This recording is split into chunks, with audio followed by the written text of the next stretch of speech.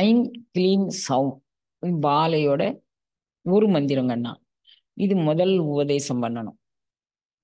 என்னப்பா?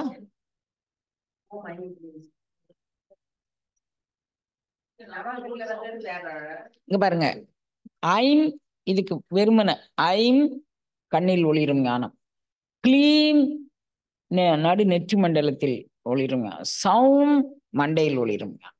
3 இடத்துல அது ஒளிரும். ஐம் கிளீம் சவுண்ட் பாலா மந்திரம் முதல் மந்திரம். இது எங்க போய் தாக்கணும்? உங்களுடைய மூலக்கணலை போய் தாக்கி இந்த உணர்வு மேல. இது யோக மந்திரம். ஆனாலும் கூட அவங்களுக்கெல்லாம் சொல்லியிருக்கிறேன். அவங்க கேட்காங்கல்ல, உங்களுக்கு சொல்லிடுவோம். I'm Kleem sound. ஏதேனும் ஒரு மந்திரம் குழந்தைங்களா உங்களுக்கு ஒன்று போதும். அதுல ஒரு வித்தெழுத்தே போதும். ஒரு வித்தெழுத்துனா இதுதான் வித்தெழுத்து. ஒன்றே போதும் உங்களை இயக்குறதுக்கு. ஆனா நீங்க உங்களுடைய இவரு நான் ஜாதி குறிச்சு பேசுறேன்னு நீங்க நினைக்காதீங்க குழந்தைங்களா. நான் ஜாதி குறிச்சு பேசல. ஜாதி குலம் என்னும் சுழிப்பட்டு தடுமாறும் ஆதமிலி நாயன் விஸ்வாமித்திரருடைய ஃபுல் ஹிஸ்டரி ஹிந்தில உள்ளது. ஃபுல் ஹிஸ்டரி அதை நீங்க முழுமையாக பார்த்தீங்கன்னா கம்பராமாயணத்துல ஃபுல் ஹிஸ்டரி போட்டிருக்கிறாங்க. எது விடுபட்டிருக்கா என்னன்னு எனக்கு தெரியல. பட் நான் பார்த்த அளவில் நான் ஹிந்தியில படிச்சதுல 1-2 சம்பவங்கள் அதில் இல்லாத மாதிரி எனக்கு ஒரு ஃபீல் இருந்துச்சு. அதில் எனக்கு அந்த சம்பவங்களும் எனக்கு நினைவில் இல்லை. இப்போ இந்த கம்பராமாயணத்துல விஸ்வாமித்திரருடைய ஹிஸ்டரி தானே. அங்கேருந்து வந்து விஸ்வாமித்திரருடைய கதை உங்களுக்கு நான் பலமுறை சொல்லியிருக்கேன். என்னை கவர்ந்த குருநாதர்ல அவர் ஒருத்தர். என்னை கவர்ந்த குருநாதர்ல அவர் ஒருத்தர். அவரை நினைந்து கொண்டு நான் பஞ்சமுக தீபம்னு வீட்டில் இன்னும் எரியுதுன்னு நான் நம்புறேன். பஞ்சமுக தீபம்னு ஒரு தீபம். அந்த தீபத்துல 5 முகம் இருக்கும். அந்த 5 முகத்திலையும் தீபம் போட்டு அது தவறாம எரியும். அவர் அவர் தான் கண்ணே எனக்கு என்னளவுல குருநாதர்கள் பண்ணதுக்கு நான் நன்றி கெட்டானவன். அவர் தான் என்கிட்ட இங்க பாருமா, திருவாசகத்தினுடைய ஏது மாறி நின்று என்னை மயக்கிடும் மஞ்ச புலனைந்தின் வழியடைத்து அமுதே அமுதே எங்க இருக்கு? மாறி நின்று என்னை மயக்கிடும் வஞ்ச புலன்களின் வழி அடைத்தாள். 5 புலன்களையும் அடைக்குது எப்படி? அவர் சொன்னார் கண்ணு. 5 புலன்களையும் எப்படி அடைக்குதுன்னு நான் இப்ப உங்களுக்கு சொல்றேங்க. எனக்கு அவர் பெரிய குருநாதர். நான் அல்பம். நான் சொல்றேன், நீங்க நீங்க பிடிச்சுக்க முயற்சி பண்ணுங்க. எல்லாரும் சின்முத்திரையில் உட்காந்துக்கோங்க. உங்களுக்கு புலன்கள் வழியாக பொறிகள் வழியாக போகக்கூடிய காற்றை எல்லாத்தையுமே இந்த இந்த உள்ளங்கையிலையும் உள்ளங்காலையும் மட்டும்தான் ரோமம் இல்லை, முடிகள் இல்லை. மீதி எல்லா இடத்துலயும் முடி இருக்குப்பா. எங்கம்மா இங்கெல்லாம் இல்லை? இருக்குப்பா, நமக்கு தெரியலப்பா. சரியாப்பா? இப்ப இங்கதான்ப்பா முடியல, இங்கதான்ப்பா முடியல. அப்ப அது வழியெல்லாம் எனர்ஜி காற்று உள்ள புகுந்து மாயை உள்ள போகும். குழந்தைங்க ஒரு பாவனை பண்ணிக்கோங்க. சரியா? அந்த பாவனையில பிரபு நான் உன் குழந்தை, நான் இவன் சொந்தம் இவன் சொந்தம் அதெல்லாம் இந்த பிறவியில். இன்னும் வரும் பிறவிகளுக்கு யார் சொந்தமா எனக்கு தெரியாது. இப்ப நான் உன் குழந்தை, என்னை ஏற்றுக்கொள். இந்த மாய்கின்ற மூச்சை எல்லாம் நீ மாயாமல் காத்து உனக்குள்ளே சுவாசிக்க வைங்க. நான் வெளியே சுவாசிக்க வேண்டாமே, நான் வெளியே சுவாசிக்க வேண்டாமே அப்படி நினைச்சுக்கிட்டு சின்முத்திரையில் உட்காந்துக்கோங்க, நிமிந்து உட்காந்துக்கோங்க. அந்த கண்ணுல மட்டும் உங்க கவனம் இருக்கட்டுங்கன்னு. கண்ணை தவிர அவர் எங்கேயுமே நீங்க நிறுத்த வேண்டாம். அந்த கண்ணுக்குள்ளேயே பயணிங்க ராஜா. இப்ப நீங்க கண்ணுக்குள்ளேயே பயணிக்கிறீங்க. கண் வழியாக உங்களுடைய மூச்சு மூக்கு வழியா போல குட்டி கண் வழியா போகுது.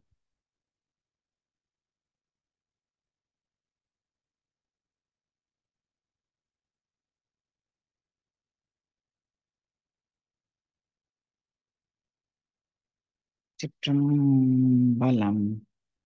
இப்போ உங்களுக்கு இந்த கண் வழியா எங்களுக்கு சுவாசிக்க தெரியலம்மா, எப்படி சுவாசிக்கன்னு எங்களுக்கு தெரியலம்மா அப்படின்னு நீங்க ஃபீல் பண்றீங்கன்னு வச்சுக்கோங்க குழந்தைங்களா.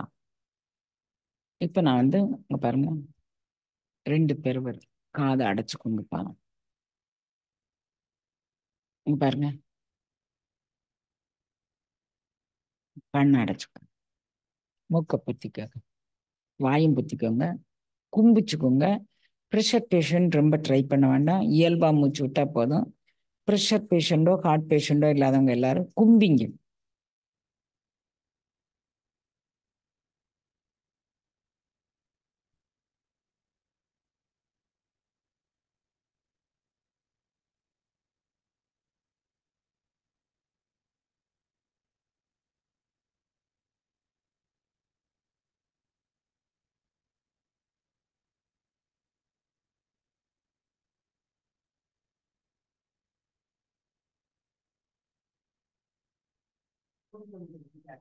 ம்,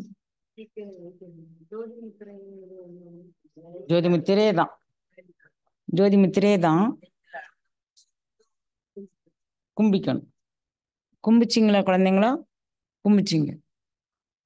ஆ, உனக்கு ஒண்ணுமே பண்ணலையே, ஏன் நீ வந்து உன்னை நோயாளியா ஏன் கற்பனை பண்ணிக்கிற கண்ணா? உங்களுக்கு வாயு இருக்கு தங்கம், அதை நீங்க வெளியேத்துங்கன்னு சொல்றேன். நீங்க தான் அதை வாய் முத்திரை பண்ணி, நீங்க தான் அதை சரி பண்ணணும். ஒண்ணு அப்படி வாய் முத்திரை பண்ண வரலன்னா கூட இந்த முத்திரையை வச்சுட்டு, சமான முத்திரையை வச்சுட்டு அந்த பக்கமா நீங்க வந்து ஹம், ஏதாவது ஒண்ணு ஒரு மந்திரத்தை சொல்லிட்டு நீங்க நீவி விட்டீங்கன்னா அந்த பக்கம் உள்ள கேஸ் கலைஞ்சிருந்தாங்க. அல்லாட்டி போராக்ஸ்னு ஒரு மருந்து இருக்கு, அந்த மருந்து அவங்ககிட்ட வாங்கி போட்டுக்கோங்க, அப்ப சரியாயிரும். சரியா? இப்ப நாம வந்து லைனுக்கு வர்றாங்கன்னா வரலாமா? எவ்வளவு நேரம் உங்களால கும்பிக்க முடியுமோ அவ்வளவு நேரம் நீங்க கும்பிக்கலாங்கண்ணே. சரியா? இப்ப விஸ்வாமித்திரர் வந்து எனக்கு கத்து கொடுத்த ஒரு வித்தை வந்து இந்த பாடல் அவர் எனக்கு சொன்னார் குட்டி. மாறி நின்று என்னை மயக்கிடும் வஞ்சப் புலனைந்தின் வழியடைத்து, வஞ்சப் புலன்களுடைய வழியை இப்படி அடைச்சிட்டோம். ஆனா நான் இப்படி அடைக்கல, அவரு அடைன்னு சொன்னாரு, அது அடைஞ்சிருச்சு. நான் அடைக்கல, எனக்கு அது தெரியல. பட் லேட்டரான் ஸ்டேஜில் அதை அடைக்க முடியாதவர்களுக்கு எங்கிட்ட கொஞ்சம் வாசியோக ப்ராக்டிஸ்னர்லாம் நிறைய பேர் வந்தாங்க, வயதானவங்க எல்லாம் வந்தாங்க. நான் வாசியோகி இல்லை, அது வேற விஷயம். பட் இது கோயிங் ஆன், இந்த சப்ஜெக்ட் வந்து நடந்துக்கிட்டே இருக்கும். அது என்ன ஏதுன்னு எனக்கு தெரியாது, நடந்துகிட்டே இருக்கும். அப்போ வந்து அவங்களுக்கு நீ லபக்குன்னு உள்ள போயிடுற, நாங்க எப்படி உள்ள போறது அப்படின்னு அவங்க கேட்கும்போது நான் வந்து விஸ்வாமித்திரர் நான் சரணடைஞ்சேன். அப்போ விஸ்வாமித்திரர் வந்து எங்கிட்ட சொன்னாரு, அதாவது எங்கிட்ட நீங்களும் நானும் பேசுற மாதிரி எல்லாம் அப்போ திருவருள் எங்கூட பேசிக்கிட்டு இருந்த ஒரு காலம், என்னை மடியில போட்டெல்லாம் தாளாட்டிய ஒரு காலம் அது. அப்போ அவர் சொன்னாரு, ஜாதிக்கு தகுந்த மாதிரி இந்த செல்கள் அமைக்கப்பட்டிருக்கும். வைராக்கியமான ஜாதி, ஃப்ளெக்சிபிள் ஜாதி, முரட்டு ஜாதி. அது அவங்க வந்து ஜாதி மீன்ஸ் இந்த அடிப்படையில், நம்ம இப்போ வர்ணாசிரமம் இப்போ என்னென்னமோ சொல்லாங்க, அந்த அடிப்படையில் ஒவ்வொரு ஜீவர்களும் ஒரே வீட்டில் 5 பிள்ளைங்கன்னா 5 ஜாதி. அவர் எனக்கு உணர்த்தினது, ஒரு வீட்டில் 5 பிள்ளைங்கன்னா தாய் தாப்பங்க ஜாதி இல்லை. இப்போ நீங்க புரிஞ்சிருப்பீங்கன்னு நான் நினைக்கிறேன். அப்போ இந்த கேட்டகரியை தனித்தனியா அப்படி லட்சோப லட்சம் ஜாதிகள் நம்மகிட்ட அவர் சொல்றாரு. குரோமோசோம் செல்கள் வந்து எந்த பக்கம் வந்து ரொம்ப பூஞ்சையான செல்கள் எங்க இருக்கு, எங்க வந்து திக்கனிங் செல்கள் இருக்கு, எல்லாத்தையுமே அவர் எனக்கு தொட்டு காமிச்சார் குழந்தைங்களை. ஈவன் அதர்வைஸ் நான் வந்து உங்களுக்கு சொல்றேன், ஜெனிட்டல்ல உண்டான ஆம், அந்த திசுக்கள் வேற, ஜெனிட்டலுக்கு இந்த பக்கம் நம்ம பட்டக்ஸ் பகுதி இருக்கு பாருங்க, அந்த திசுக்கள் வேற தொட்டு பாருன்னு கூட எனக்கு சொன்னார் குட்டிகளா. இதெல்லாம் வந்து நான் வந்து ஓப்பன் ஸ்டேட்மெண்ட் உங்களுக்கு எப்படி கொடுக்குது, நீங்க எப்படி உள்வாங்கிக்குங்க எனக்கு தெரியாது. இந்த 2 பக்கமும் நீ தொட்டுப்பாரு, ஜெனிட்டலை தொட்டுப்பாரு, அது ரொம்ப மென்மையானது.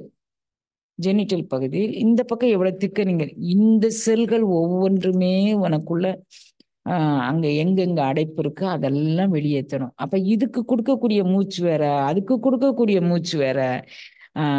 நான் சொல்றதெல்லாம் உங்களுக்கு புரியும் அப்படின்னு நான் நம்புறேன் குழந்தைங்களா. இதெல்லாம் நான் வந்து ஓப்பன் ஸ்டேட்மெண்ட்டா சொல்றதுக்கு எனக்கு இஷ்டம் கிடையாது தான். ஏன்னா வந்து நான் நான் நினைச்ச உலகம் இல்லை அப்படின்னு தெரியுது. ஏன்னா நம்ம இவ்வளவு இவ்வளவு பயந்து, இவ்வளவு நம்ம தன்னடக்கமா இருந்தும் கூட நம்ம இத தொலைச்சுக்கிட்டு ஒரு வீடியோ வருதுன்னா எவ்வளவு கேவலத்தனமானது. அப்போ இத எனக்கு இப்ப லேட்டரான்னு தான் தெரியும் கண்ணு. அன்னைக்கு ஒரு நாள் ஏதோ ஒரு வீடியோ அது உள்ள வந்துருது அப்படின்னு நான் பார்க்கல அது. ஆனாலும் அத கேட்கும்போது எனக்கு அத கேட்டு 2, 3 பிள்ளைங்க சாப்பிடல, அழுதுகிட்டு இருக்கிறாங்க. அப்படிங்கிறது ஏன் இவங்க அழுறாங்க நாளும் கிழமையுமா? ஏன் இவங்க சந்தோஷமா இல்ல? ஏன் இவங்க சாப்பிடல? அப்படின்னு நினைக்கும்போது, எனக்கு இதனாலலாம் அவங்க சாப்பிடலன்னு தெரியும்போது, இப்படியும் பாருங்க, அவங்க அதுல என்ன வக்ர புத்தியோ நமக்கு தெரியல. அப்போ இந்த சப்ஜெக்ட்லாம் நான் எப்படி உங்கள்ட்ட கொண்டு சேர்ப்பேன்? நீங்களே சொல்லுங்களேன். நீங்க ஆன்லைன்ல வாமான்னு கூப்பிட்டுட்டீங்க. நானும் ஒரு 5, 6 வருஷம் போராடினேன் உங்ககிட்ட. 5, 6 வருஷம் போராட்டத்துக்கு பிறகு உள்ள நுழைஞ்சேன். அப்போ இந்த சப்ஜெக்ட்ட நீங்க சொல்லி நீங்க நெனச்சு பாருங்களேன். நாளைக்கு நீங்க டச் பண்ணி பாருங்க குழந்தைங்களா. உங்க உடம்பு தானே. நீங்க டச் பண்ணி பாருங்க. இதுல யானை தோல் மாரி இருக்கும் குழந்தைங்களா, அந்த பட்டக்ஸ் பகுதிக்குள்ள. ஆனா ஜெனிட்டல் பகுதிக்குள்ள ரொம்ப சாஃப்ட் கண்ணு. அந்த அளவுக்கு. அப்போ எல்லா செல்கள்லயும் உண்டானத அ தொலைச்சு நீங்க கிளீன் பண்றதுக்கு அதே மாரி இந்த லிப்ஸ் உள்பகுதி இருக்கு பாருங்க. அந்த கன்னம் உள்பகுதி இருக்கு பாருங்க. அங்க இருக்கிற மெம்பரேன் வேற. நான் சொல்றது உங்களுக்கு புரியுதாப்பா? அங்க மேல் மேல உள்ள தள்ளி பாருங்க. இந்த அடிப்பகுதியில நான் என்ன சொல்றேனோ, அதே செல்ஸ் தான் உள்நாக்குக்கு சுற்றி இருக்கிற பகுதியில நீங்க இந்த பெருவிரல வச்சு நீங்க தடவி பாருங்க. இதெல்லாம் நம்ம பார்த்திருக்க மாட்டோம் தானே!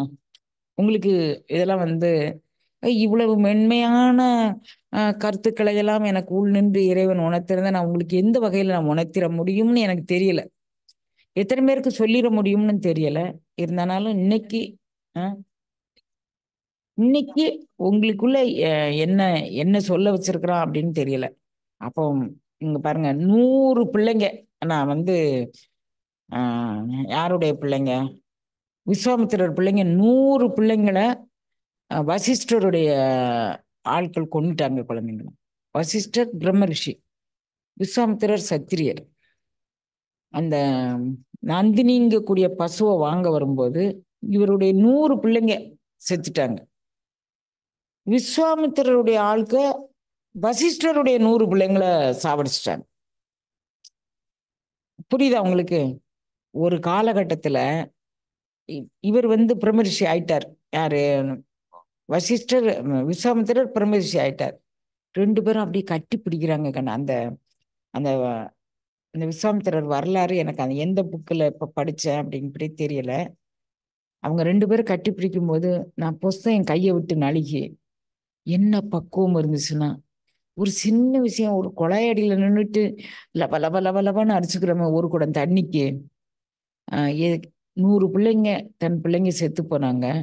ஒருத்தர் ஒருத்தர் கட்டி அணைச்சு, அந்த உணர்வு நிலைகள நான் நீ உன்னுடைய தவத்தின் உணர்வை நான் பெற்றேன்.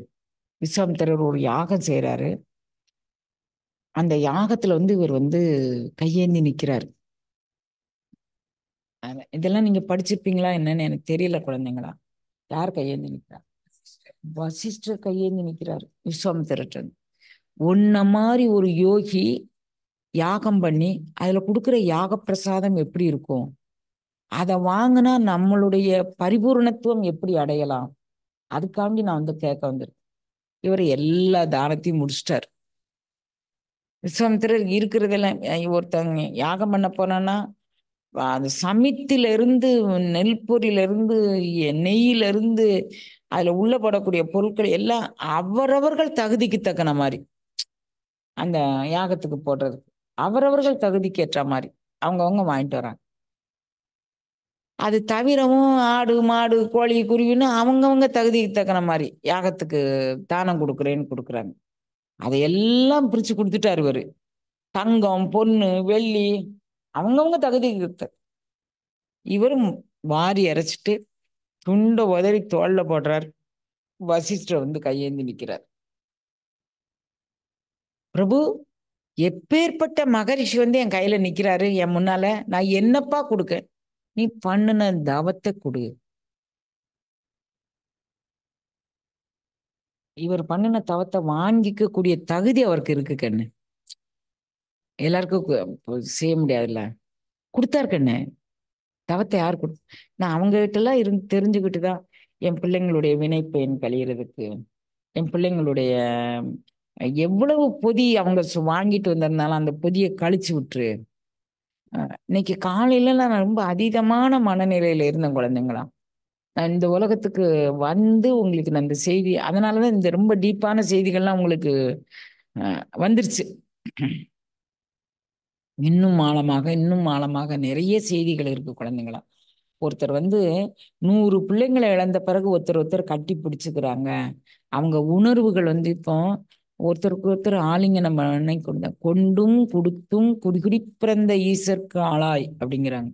கொண்டு கொடுத்துன்னா நம்ம என்ன நினைச்சுக்கிட்டோம், கொண்டாங்க சம்பந்தம், சரீர சம்பந்தமாக எடுத்துக்கிறோம். இல்லாட்டி ஏதோ ஒரு இது உணவு, அது அது இல்லை. இந்த உணர்வு, மெய்ஞான உணர்வை கொண்டும் அவங்க கிட்ட இருந்து அதை நம்ம எடுத்தும், அதுதான் ஒரு ஞான அனுபவம் குழந்தைங்களா. அந்த ஞான அனுபவத்தை தரக்கூடிய ஒரு முத்திரையை நான் இன்னைக்கு உங்களுக்கு சொல்றேன். இவைகளெல்லாம் நீங்க எல்லா முத்திரைகளும் தெரிஞ்சுக்கோங்க. உங்க பேரம்பேத்திகளுக்கு நீங்க சொல்லி கொடுங்க. அந்த உயிரோடைய தன்மை வேற மாதிரி இருக்கலாம், உங்க உயிரோட தன்மை வேற மாதிரி இருக்கலாம். இதே மாதிரி அவங்கள பண்படுத்துவதற்கான எல்லா முத்திரைகளும் பயன்படும் குழந்தைங்களா. ஏன் நமக்கு 72,000 நாடி நரம்புகள் இருக்கு. எல்லாத்திலையும் சுழுக்கோடு தான் வந்திருக்கிறோம், முடிச்சுக்களோடு தான் வந்திருக்கிறோம். அதை அவிப்பதற்கு இவைகள் எல்லாமே உதவி செய்யும் குழந்தைங்களா. சரியாப்பா?